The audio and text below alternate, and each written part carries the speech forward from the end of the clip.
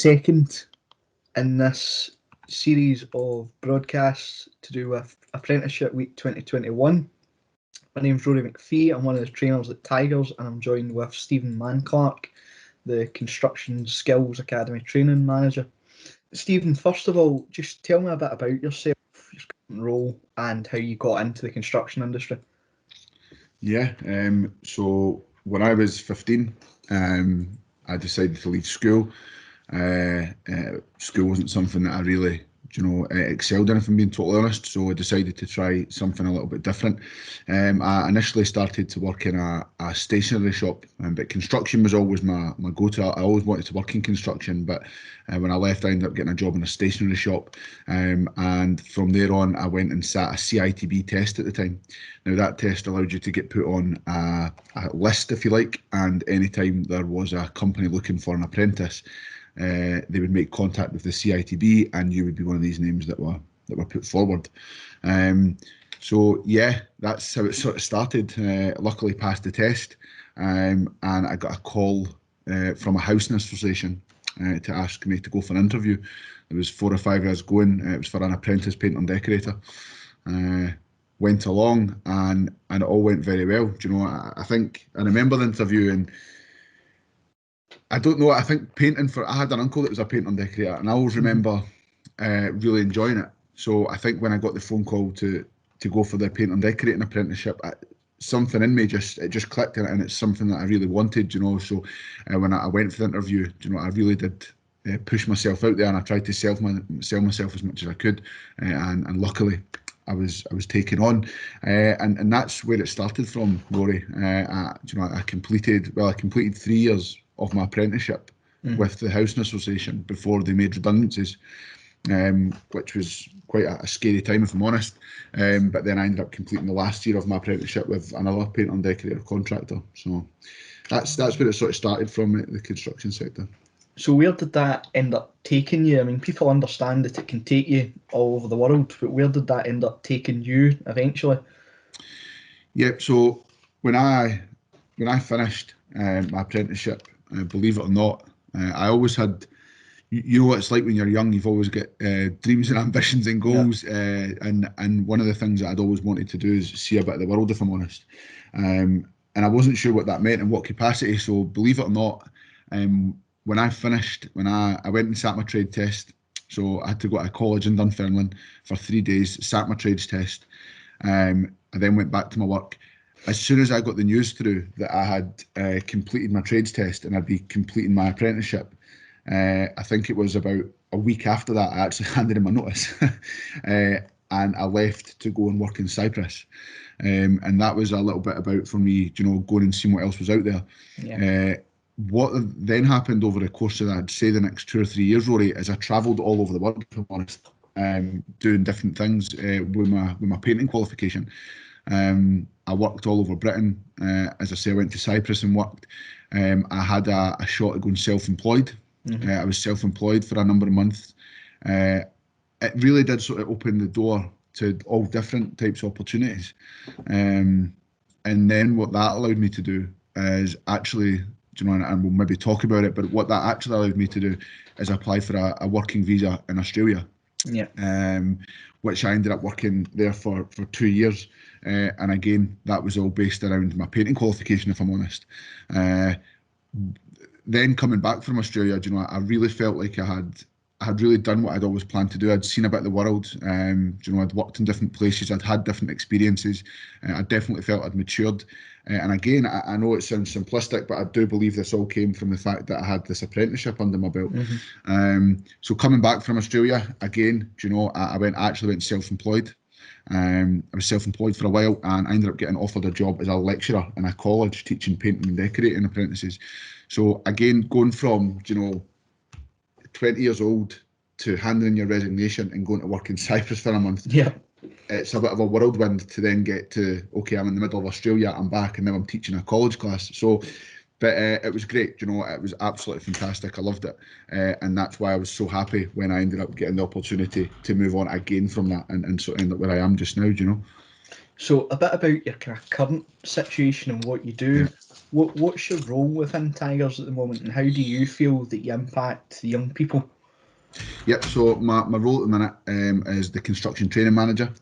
I think when I started at Tigers about 4 years ago, I was lucky enough to be offered a position as a trainer assessor at Tigers, through the old joint venture model we had with Carillion. And one of my big things, and I'll tell you actually, one of the things that got me into this line of work was I knew that I always wanted to be involved in helping young people. And it actually was an incident that happened at the college.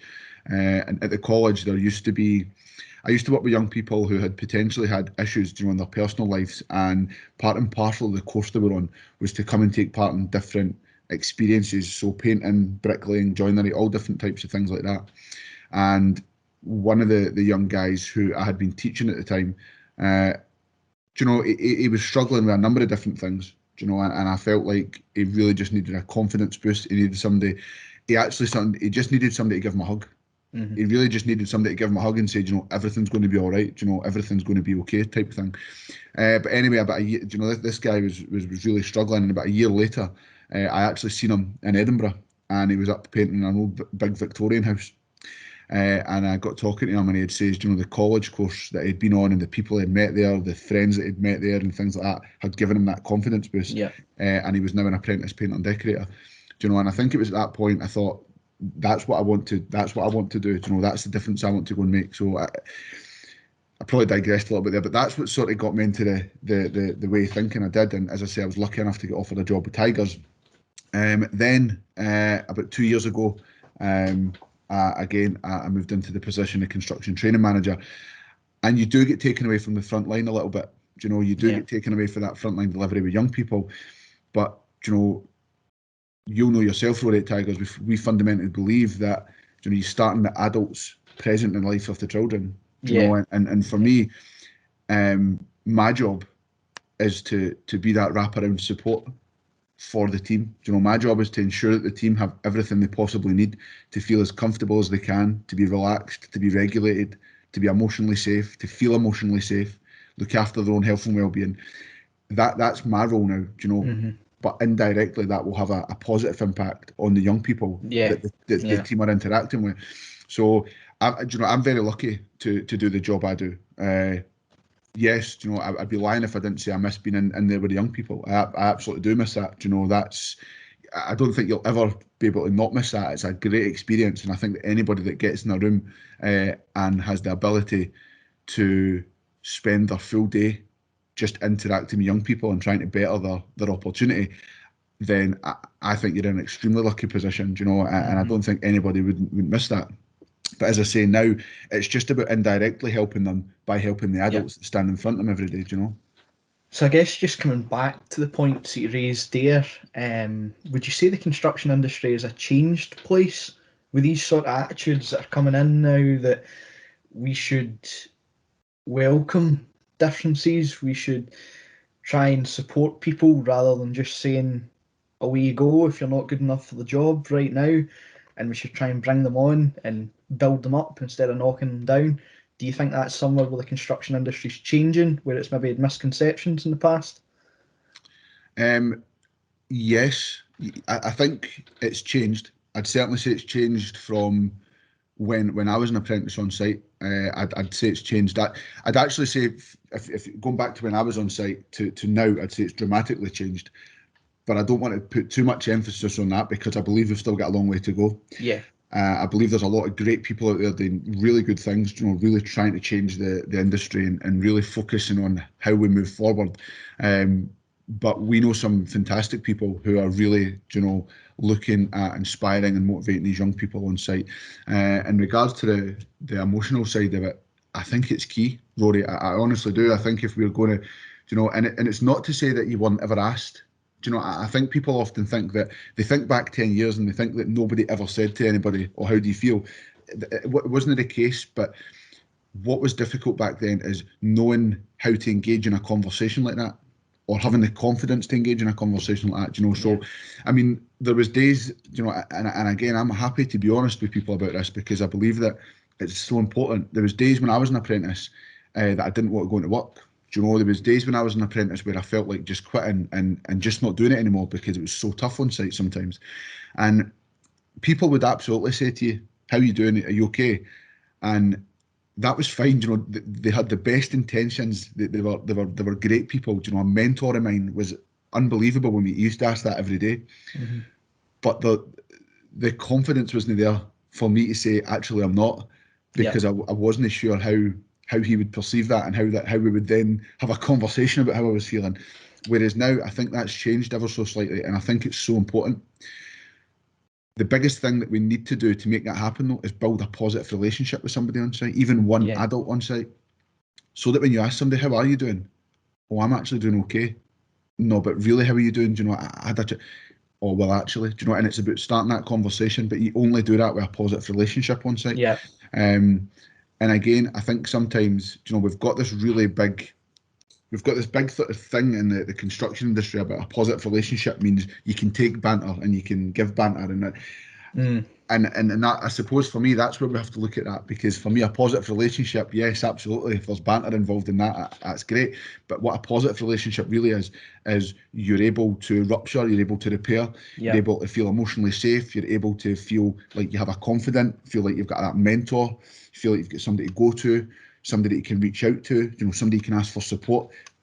Aye, okay, and there's a bit of banter in there sometimes as well, but that for me is a positive relationship. Yeah, so it's not all just a one-way street, effectively. Yeah, totally. Do you know, and I think, and that's why I'm saying I do think it has got better, and I say that because I speak to young people who tell me they have that on building sites, and I also speak to contractors who tell me that's what they're actively doing as well.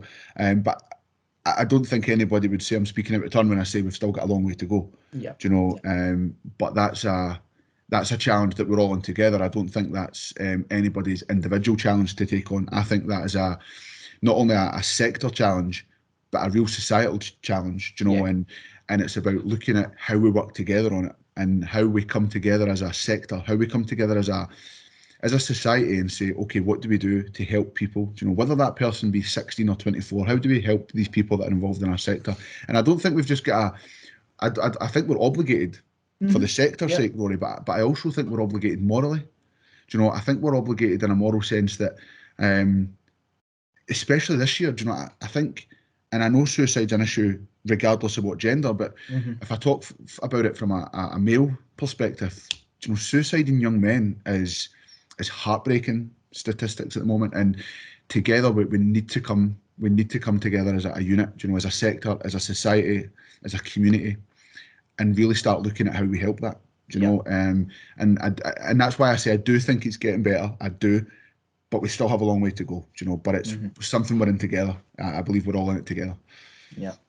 So I guess that brings me on to kind of maybe my second last question of this.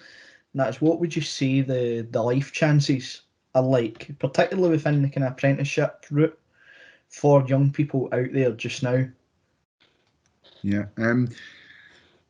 I remember when I was at school and I used to say to people, I'm thinking about doing an apprenticeship or, you know, going into construction. And somebody once said to me, before they said it, said, this is an old cliche. And they said to me, if you get a trade, the world's your oyster. And I never really, you know, I took that on board slightly, but I never really understood what it is that they meant by that.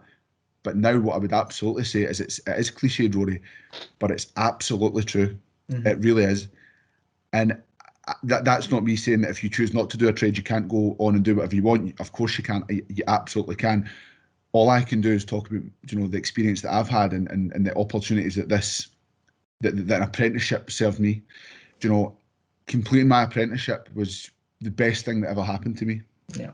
Do you know, it honestly was. And I think, do you know the honest truth? Again, I don't mind sharing with you, Rory. The honest truth is I don't know where I'd be if I never went through that apprenticeship, because it's not, the apprenticeship absolutely gives you that skill set. It gives you a trade. It gives you that work experience. It absolutely does. But for me, what it gave me is it gave me life skills. You know, it gave me the opportunity to live in an everyday working environment and see the real world. You know, and I'm talking about in many different capacities. I've seen that, and it really did open my eyes to a number of different things. Do you know, it helped build my resilience. There was adverse times, absolutely. But looking back now, I would not change a thing. Yeah. Do you know, I would not change a thing. So anybody out there that's thinking about doing an apprenticeship, do you know, absolutely do it. That's all I would say to them, because it doesn't matter if, do you know, doing a modern apprenticeship doesn't mean then you can't go on and do anything else. Do you know, I done a modern apprenticeship, but it doesn't mean I've just stayed as a tradesman like that. I moved on. Do you know, if you want to stay in your job, that's absolutely great. Do you know, if you've got a trade behind you, you've got a job for life. Do you know, you'll never be out of work. But if you want to go on and do different things as well, then fantastic. Do you know, if I hadn't done that apprenticeship, I think I will safely say I wouldn't be sitting here just now in a privileged position talking to young people every day, talking to the team every day, working with young people. I would safely say that, Rory. So whatever you want to do, if it's a job for life you're looking for and you just want to go into a career where you're never out of work, then again, and people would maybe disagree, I don't know, but this is a personal opinion of mine. I think if you want to never be out of work and you just want to go to work every day and you want to have a job to go every day, then get a trade. Do you know, a trade will do that for you. But also, if you're not sure what you want to do and you've got dreams, goals, and ambitions, then go and get a trade under your belt. Do you know? And for me, what that allowed me to do is go and do all these scary things. Yeah. Do you know, at Tigers, we're doing our sessions, daring ventures just now. Having an apprenticeship allowed me to go on a daring venture, and I knew that whatever happened, I had this trade to come back and fall onto. Do you know? So that's what I would say to anybody thinking about an apprenticeship, Rory, is go and do it. Because certainly from my perspective, it opened a number of doors for me, and certainly now allows me to be sitting in this very privileged position that I am just now. I guess for my last question, if you were to use one word to describe your journey from being an apprentice through to where you are just now and your experience at Tigers, working with young people, what would you say? Oh, that's a difficult question, Rory. One word. Probably a stereotypical one word. But a roller coaster. Do you know, that's probably the best word I could use. But to put it in context, I don't mean that in a stereotypical sense, because it has been an exciting, you know, well, I'm now 31. It's been an exciting, 15, 16 years. It really has. Again, I wouldn't change anything.